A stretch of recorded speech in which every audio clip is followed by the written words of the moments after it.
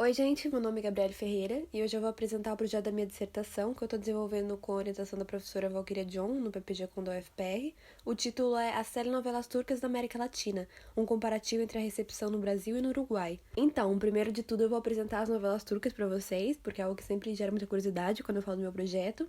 Elas, na verdade, são um pouco parecidas com as séries, né? Pelo menos no formato, porque lá na Turquia elas são exibidas uma vez na semana, com episódios que vão de cerca de 1h30 até mais de 2 horas de duração. Lá na Turquia elas são chamadas de dizi. E foi aqui na América Latina que elas receberam essa denominação de telenovelas, né? Já que as narrativas são bem próximas do que a gente está acostumado, são narrativas melodramáticas, os personagens seguem estereótipos bem fixos, tem uma divisão clara entre o bem e o mal e um apelo para as emoções e para a moralidade. As telenovelas turcas, ou dizi, elas começaram a ser produzidas no final da década de 1990, então é uma indústria super recente se a gente for comparar com o Brasil e México, por exemplo, mas elas já alcançaram bastante sucesso. Hoje, a Turquia é o segundo país que mais exporta ficção televisiva, atrás só dos Estados Unidos. Aqui eu trouxe um breve histórico das novelas turcas para situar vocês melhor. A primeira exportação foi em 1997 para o Cazaquistão, e 4 anos depois, 65 títulos já tinham sido exportados. Em 2008, começou o sucesso a nível mundial, quando a MBC, que é uma emissora saudita presente nos países árabes do Oriente Médio e Norte da África, comprou a série turca Gumush. E apesar de ter sido um pouco polêmica, porque a Turquia é um país bem ocidentalizado comparado com os países da região, Gumush atingiu excelentes índices de audiência. Ainda em 2008, a Bulgária começou a levar ao ar a série turca Bimbir Gece, e no ano seguinte, a exibição da série se expandiu para outros países da Península Balcânica.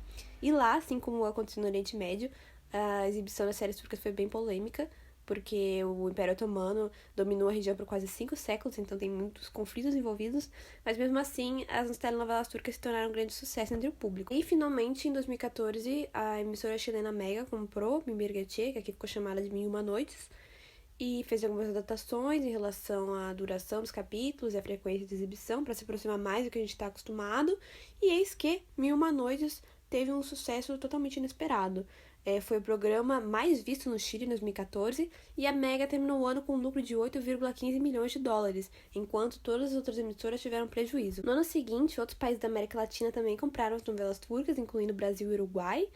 E em 2018 se estima que 150 títulos turcos foram comercializados em 146 países ao redor do mundo. Para visualizar essa expansão, eu trouxe um mapa. Em azul claro estão os países em que as novelas turcas estrearam na televisão até 2010, que são os países ali próximos da Turquia. E em azul escuro estão os países em que as novelas turcas chegaram a partir de 2011. No Uruguai, as novelas turcas estrearam em 2015 e lideraram o ranking de audiência no país.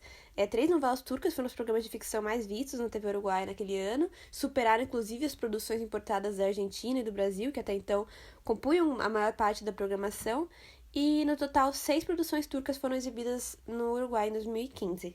Nos anos seguintes, as novelas turcas continuaram liderando a audiência no Uruguai, e o número de títulos levados ao ar também cresceu. Foram 9 em 2016, 11 em 2017, em 2018, apesar desse número ter caído para 8, ainda assim uma novela turca foi o programa de ficção mais visto na TV uruguaia.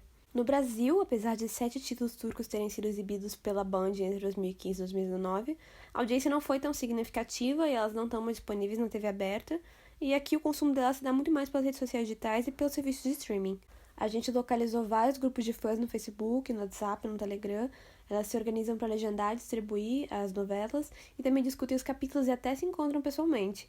Aqui na foto, algumas telespectadoras brasileiras que foram para a Turquia conhecer o ator protagonista de Fátima Gu. Aqui, algumas outras fãs se reunindo para fazer trabalhos sociais, na doação de sangue e arrecadação de alimentos. E além desse processo muito artesanal das fãs de legendar e distribuir as séries, tem muitos títulos turcos no Netflix, contamos 61. Aqui, um filme turco que vocês devem ter ouvido falar, que é Milagre na Cela 7, que ficou várias semanas entre os mais vistos no Brasil. Então, justificada a escolha pelas novelas turcas expostas em cenários no Uruguai e no Brasil, nosso problema de pesquisa é o seguinte: como os elementos melodramáticos das narrativas das telenovelas turcas são apropriados pelos receptores brasileiros e uruguaios? Nossos objetivos específicos são comparar a recepção das novelas turcas entre o público brasileiro e o público uruguaio, identificar as similaridades e diferenças entre as novelas turcas e as brasileiras a partir da percepção do público, e verificar como as narrativas das novelas turcas são apropriadas no cotidiano de brasileiros e uruguaios. Para executar essa pesquisa, vamos trazer autores que falam do melodrama para explicar a história do gênero, as características, os produtos derivados do melodrama e também, com uma ideia, fazer um estudo de recepção Vamos trazer autores que trabalham com isso. Em alguma medida, a gente vai trazer também autores para sustentar nossa discussão sobre identidade, diferença e proximidade cultural, já que a gente está trabalhando com um produto vindo da Turquia sendo consumido pelo público brasileiro e uruguaio. E, além disso, como a maior parte do público das novelas turcas são mulheres, vamos tentar falar de novela e gênero. A gente localizou vários trabalhos que tratam das novelas turcas, sobretudo no Oriente Médio e nos Balcãs, que vão ajudar bastante a desenvolver esse estudo, mas infelizmente na América Latina não tem muita coisa a respeito, além dos anuários Obtel e algumas pesquisas pontuais. Para desenvolver a pesquisa, a gente pretende combinar métodos quant e quali, usando como técnicas a aplicação de questionários online e entrevistas em profundidade. Os questionários já foram aplicados, foram desenvolvidas 2 versões, uma em português e outra em espanhol, com 5 categorias de perguntas, que visavam entender melhor o perfil geral, os hábitos de consumo e a relação com as novelas turcas. Os questionários foram distribuídos no Facebook, no WhatsApp, Telegram, Twitter, Instagram e nos comentários das páginas das emissoras. O questionário brasileiro recebeu 505 respostas válidas e o uruguaio 77. Aqui eu coloquei alguns dos dados que a gente coletou no questionário. Primeiro, em relação ao gênero, né? Tanto no Brasil quanto no Uruguai, maior parte do público são mulheres.